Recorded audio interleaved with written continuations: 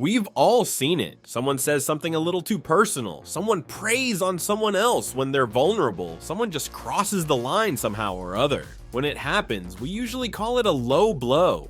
But where, you might wonder, does the expression come from? Well, perhaps unsurprisingly, low blows have their origins in boxing. Despite being one of the oldest sports still around, strikes below the belt were illegal in boxing pretty much from the very beginning. It's not hard to see why. Yet despite a ban stretching back across centuries, violations of this sacred rule still happen, even today. Sometimes the dirty fighters even get away with it. In this video, we'll be taking a look at the worst of the worst. So without further ado, sit back, relax, and don't blink as we rank the 5 worst low blows in boxing history. And just a word of warning, prepare to spend the next few minutes cringing. You're not going to believe some of what you're about to see.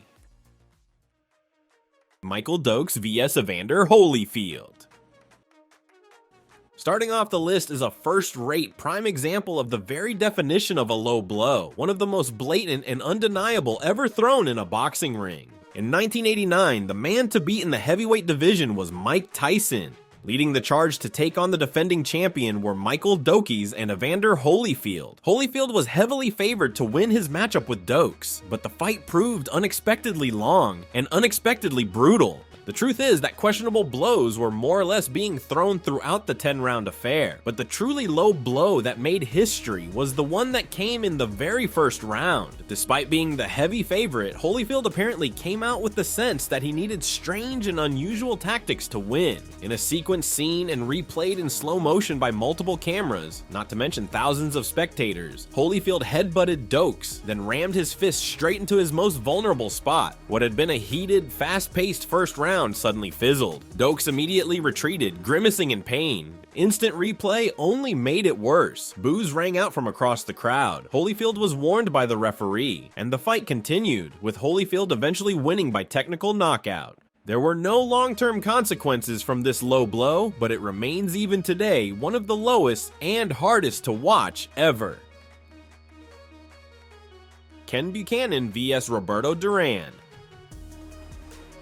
Throwing a low blow is bad enough as is, but actually knocking out your opponent and winning the fight with a low blow, that's a whole different species of low. Until his recent passing in 2023, the first person to ask would have been Ken Buchanan, a Scottish boxer whose nether regions were never the same after a fight with Roberto Duran back in 1972. The scene was Madison Square Garden in June. It was the pinnacle of boxing at that time, a battle for the WBA lightweight title in the Big Apple. Buchanan was the reigning champion and Duran was the top contender. Needless to say, the matchup was highly anticipated. Buchanan was even given a then record high purse of $125 grand. The fight did not disappoint. For 13 rounds in front of nearly 20,000 people, the rivals fought hard, with Duran leading most of the way despite being the underdog. As the final seconds of the 13th round wound down, Duran and Buchanan were engaged in blows. The bell sounded, but the blows did not stop. As referee Johnny Lobianco moved in to separate them, Duran made the swing that would earn him a place in history. He landed a hard, direct punch right below Buchanan's belt.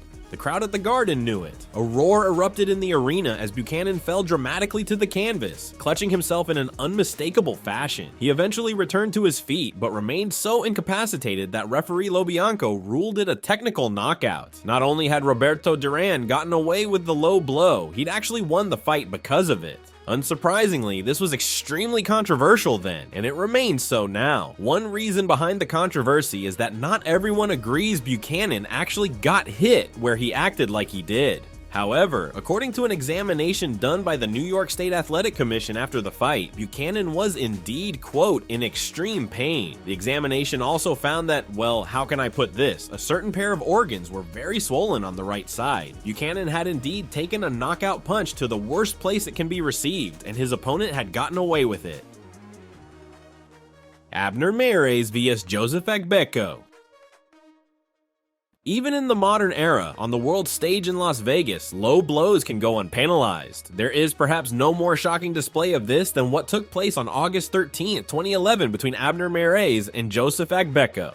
The fight was held at the Hard Rock Hotel and Casino, and it was officiated, important to note, by Russell Mora, who was soon to become the most famous and most hated boxing ref in America. The fight lasted a grueling 11 rounds. Throughout, Abner Mares was throwing low blows at Agbeko, as if it was part of his actual strategy. The blows were so low and so frequent that both the announcing crew and many in the audience began to grow more and more agitated, as referee Mora continued to do nothing. Mares went on to win the fight by split decision, igniting a firestorm of controversy that took the referee by surprise. He later admitted that he had, quote, screwed up their fight and that he was haunted by guilt for years following. The boxing world at large is also haunted by that fateful evening. To this day, Mares' low blows remain the lowest ever to evade penalization.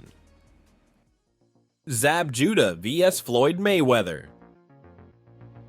The top 2 spots on the all-time lowest blows list are reserved for low blows that transcended the fight itself, causing eruptions of violence and depravity far beyond the ring and beyond anyone's expectations. The first such low blow, number 2 on the all-time list, came during the 2006 matchup between Floyd Mayweather and his then arch-rival Zab Judah. The fight was dubbed Sworn Enemies, a name which tells you all you need to know. The months and weeks leading up to the fight had been extremely contentious, with confrontations and heavy trash talk coming from both sides. The fight, which was scheduled for April 8th in Las Vegas, guaranteed millions in earnings for both Mayweather and Judah. Despite being the underdog against the undefeated Mayweather, Judah came out on top through the first 5 rounds. The tide started to turn after that point, however. Mayweather began landing strikes to Judah's face, drawing blood. Judah began to visibly slow down. In the 10th round, just seconds before the bell, they were tangled up in the corner of the ring. Perhaps thinking their tangled position would disguise his moves, Judah landed a heavy, direct punch right into the unthinkable area of Floyd Mayweather. What Judah failed to anticipate, though, was how Mayweather would react. Crippled by crotch pain, Mayweather began hopping and limping around the ring like a cartoon character. The announcers weren't fooled for a second, and neither was the crowd. They'd all just seen a monster low blow, the biggest and lowest of the entire 21st century. It didn't take long for things to escalate from there. Family quickly stepped in. First was Roger Mayweather, Floyd's trainer and uncle, who moved for Zab Judah with unfriendly intent. Before he got there, he was intercepted by Yoel Judah, Zab's father. In the blink of an eye, before anyone knew it, a riot was happening on live TV inside the boxing ring. Relatives of the fighters were throwing punches. Over a dozen security personnel were required just to clear the ring and restore order, or so it seemed, to the arena.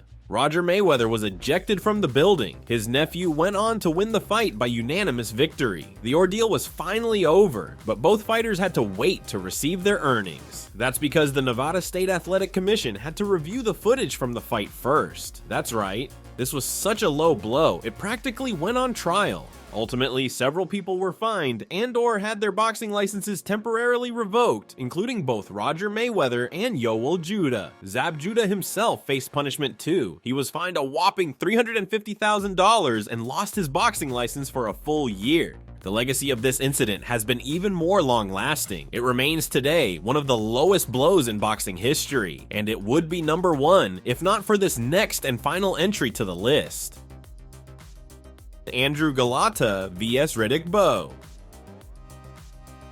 At the end of the day, when it comes to low blows, we have to stand back in awe of the undisputed champion, a man who has made a career out of hitting opponents where it hurts the most, the decorated yet endlessly controversial Andrew Golota. Hailing from Poland, Golota spent so much of his prime during the 1990s attacking opponents below the belt that he earned himself the memorable nickname, the Foul Pole. However, it was in 1996 that his foulness achieved international recognition during the span of 2 consecutive fights, both of which saw him face and repeatedly foul American boxer Riddick Bowe.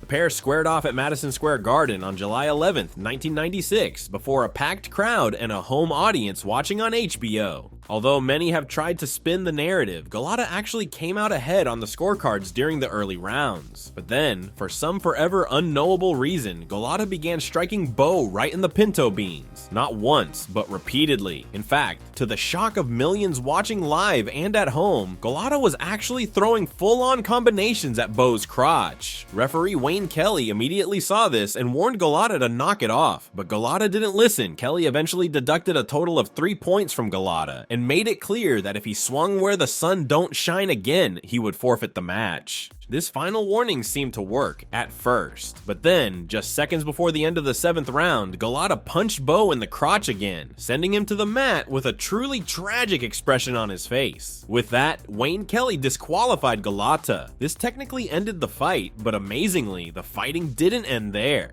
A full-blown riot erupted inside Madison Square Garden. Civilians and police alike were injured by the dozens. Jason Harris, who was part of Riddick Bowe's entourage, was so enraged by the low blows that he took a two-way radio and smashed it over Golota's head, opening a wide cut that required nearly a dozen stitches. Golota's 77-year-old trainer, Lou Duva, was also caught up in the riot. He collapsed and was rushed to the hospital on a stretcher. The riot only ended after everyone was forced to evacuate the arena. Needless to say, this became a sensation. Ring Magazine dubbed it the event of the year for 1996. Fans were foaming at the mouth for a rematch, and somehow Riddick Bowe agreed to one. The pair met for a second time on December 14th that same year. Once again, Golota landed repeated, deliberate punches to Bowe in the same sore spot. After 9 rounds, referee Eddie Cotton disqualified Golota. Well, the foul pole's career went on afterward. He even fought Mike Tyson in a historic fight in China in 2000, but his dual bouts with Riddick Bowe in '96 remain his most famous, or rather most infamous, career achievement. And pundits and fans seem to agree across the board. It was as low blows have ever gotten in boxing history. Thanks for watching. Be sure to subscribe for weekly videos.